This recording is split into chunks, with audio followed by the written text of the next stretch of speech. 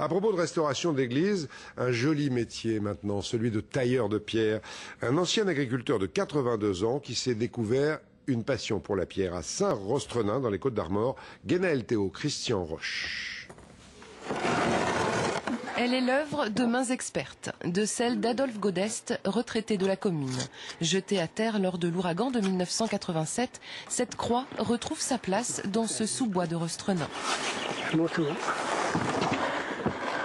Plusieurs semaines de travail ont été nécessaires au tailleur de pierre pour la restaurer. Ah ben je suis content. C'est une satisfaction quand même. Hein. Un tout petit poil vers le midi, là, voilà. Il y a beaucoup de ma foi dans ce que je fais. Puis aussi, je suis libre. C'est le 14e calvaire réparé puis remis sur pied par le vieil homme. Une œuvre toute en granit, comme la plupart des croix, fontaines ou statues qu'il restaure.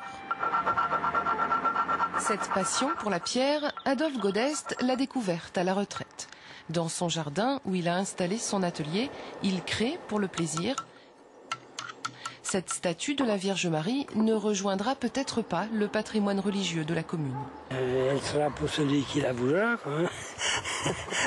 Je ne la donnerai pas pour rien, je demanderai à celui qui la prendra, comme je fais habituellement, de faire un don humanitaire. Chaque réalisation du tailleur de pierre permet de financer de nombreux projets en Afrique.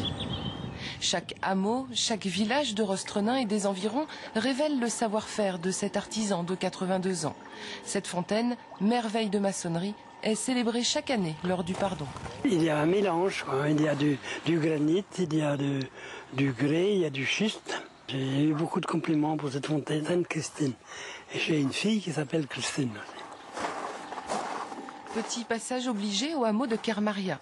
Adolphe Godest passe rarement ici sans s'arrêter. Ce calvaire est le premier qu'il ait entièrement construit. Vous voyez des imperfections?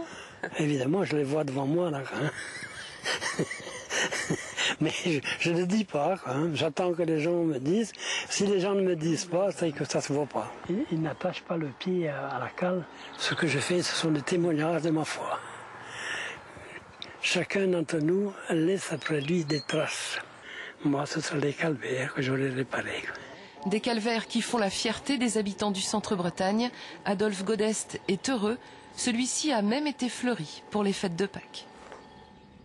Voilà, et l'adresse de notre site internet où vous pouvez regarder tous ces beaux reportages du journal de 13h quand vous le souhaitez ou vous le souhaitez sur votre ordinateur.